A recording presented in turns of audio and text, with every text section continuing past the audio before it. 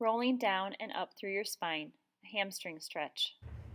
Start in a parallel position, hip width apart. Drop your chin to your chest and roll down one vertebrae at a time, relaxing your head and your arms. Go down as far as comfortable for you. Shake your head no. Shake your head yes.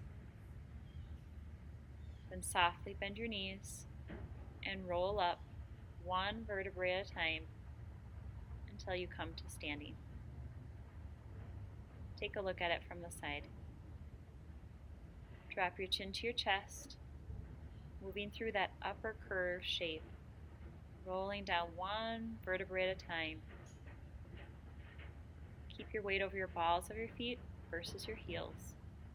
Shake your head no. Shake your head yes.